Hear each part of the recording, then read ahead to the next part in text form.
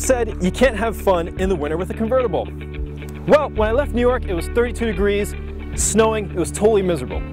But I convinced Jeff to send me out here, below his entire monthly budget, so I could drive the 2010 370Z Roadster. That's today on FLD Tours.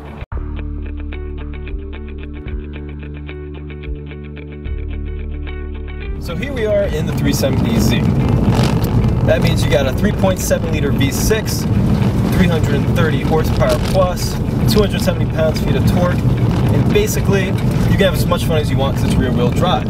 When the 350 got redesigned and it became the 370, it got a bit smaller, got a little bit lighter, and basically it's more of a performer. Now, people compare this car to other cars kind of like the BMW Z4, the Audi TTS, and the Porsche Boxster. The problem with all those cars are, though, they cost significantly more. The Z4, it's got that hard top, you know, the TT, it's got the 2.0 liter 4-cylinder motor, and then there's the Boxster, which is mid-engine, and probably the best of the pack. Granted, it's a Porsche, and you're going to pay for it at the dealer. Like the Porsche, the BMW and the Audi cost a lot more, so this makes the 370Z the more affordable sports car. The thing is, though, here's the downsides to the other guys. The BMW, for instance, that's got the hard top with the extra weight. Then you have the Audi TT with, it's got just not enough power with that 2.0 liter turbocharged motor.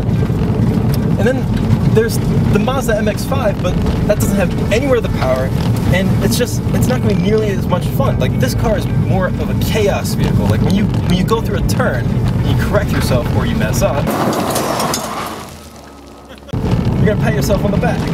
Now, the interior is another point. While it's more refined than a 350Z, that's not saying much.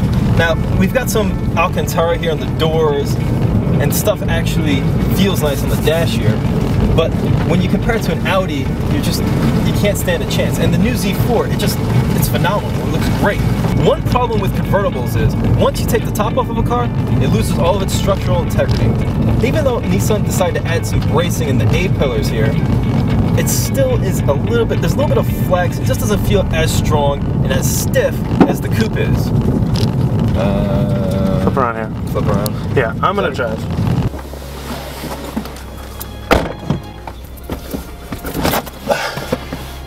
Rich, I don't want to step on your toes, but I'm gonna drive this.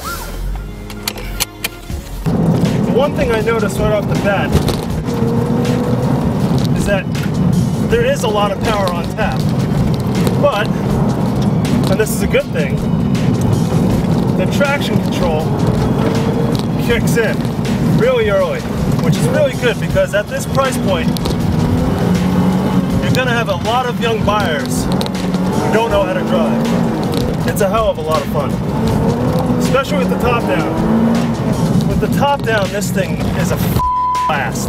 Although it is lighter than a TTS, lighter than a Z4, you can tell it's got some weight to it.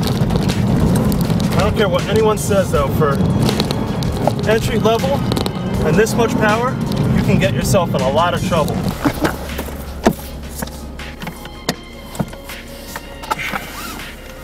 Sorry, Rich, I had to do it. So what do we know about California winters? They're awesome, but whatever, that doesn't matter. Let's get back to the car. Long story short, about the 370Z Roadster, this is what you need to know. It's not as refined as, say, a Boxster, a Z4, or an Audi TTS Cabrio, but it'll give you just as much fun. And that's what really matters at the end of the day.